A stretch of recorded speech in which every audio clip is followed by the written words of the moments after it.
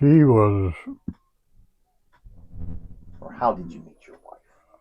I had an old car, and the boys would gather in the car, and the girls, and we'd go driving around, and she was with the girl gang, 4 or 5 girls, and they get in my car, and we go driving around, and it's just back and forth like that, just casual acquaintance over this for a while. And I was coming down this road here one day. I said, I'm getting lonesome. I need a woman to stay with, you know. I needed a companion. I was 25 years old, and I just happened to come by this house, and I saw her outside. I said, there's one right there. I said, that's Diane. So I backed up and come to the driveway and got a date with her that night, and a week later was married. It's a simple little thing. Uh, Diane had a bad family, bad upbringing. She watched her mother die when she was 5 years old. Got burned up. She lived in an old house at Luzerne, and her husband had a gallon of gasoline in the house, and the woman was going to build a fire up. It would run out in the wintertime. The fire going down, so they'd take some kerosene, pour in there, and wood behind it. Well, she puts the wood in like that, then that takes that gasoline and pours in there on hot coal, which you don't do. The fire ignited her and everything else around her. Almost burnt the house down, but it killed her. Diane was the only one in the house. I don't know if she had a brother that was 4 or 5 years younger than her.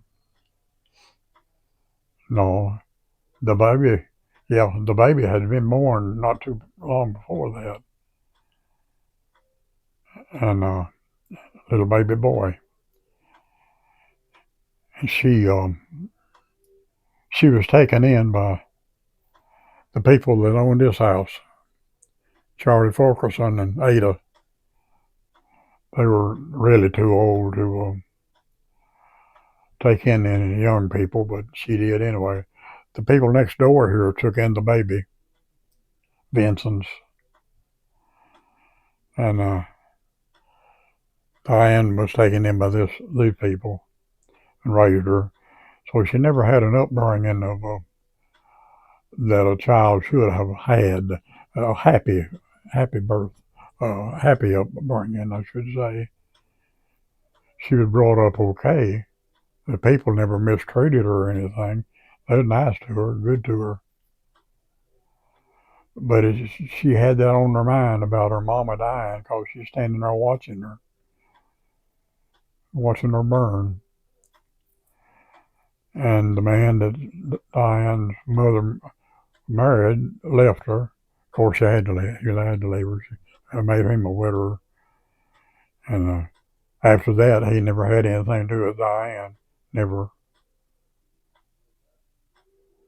But so she didn't have a father except this old man that lived here. But he wasn't a father. He was just uncle. That's what she called him, Uncle and Aunt. And she wasn't really. She was raised by a good family, but she wasn't raised by her family. And I guess that makes a difference in a person. I don't know what it does or not. She turned out to be a old smart aleck. I cured her of that, smacked a few times across the lip and all that. Don't tell her I said that, because she'll whoop me. So how long have you been married now? 62 years. 62. Long time for with one person. It's not a record, but it's It's a long time. So what did you do when you first got married? What were you doing? What was I doing? Yeah. Where was I working? IGA. No. Excuse me. Western Auto in Greenville.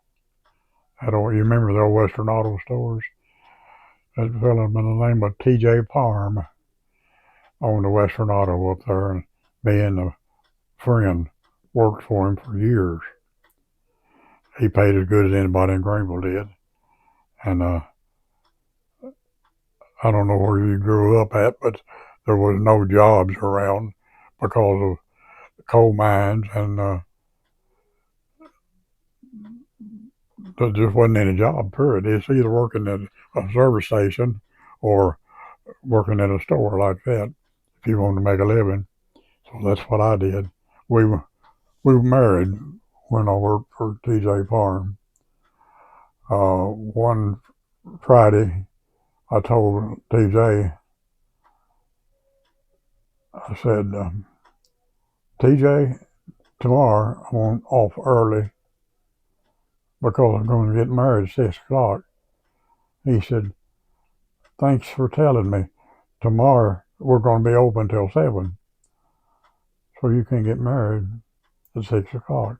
I said, yes, I am. He said, no, you're not. He said, you work for me. He was just joking with me.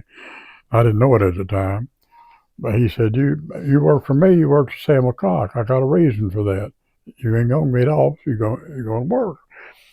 And I said, well, if I have to, I have to. I just have to tell her. So about 5 or 10 minutes till 6 and that Saturday evening, I went back and looked at the clock on the wall, and he said, go on up there. She's probably up there waiting on you. And she was. She was standing up there with a couple of people at the church waiting on me to get off work. So I took off. We spent our honeymoon at the Dandy Motel in Greenville. And that was our honeymoon. Couldn't afford to go nowhere else. Making, I think, $35 a week. You couldn't very well take a vacation. So Monday morning I went back to work at the same place.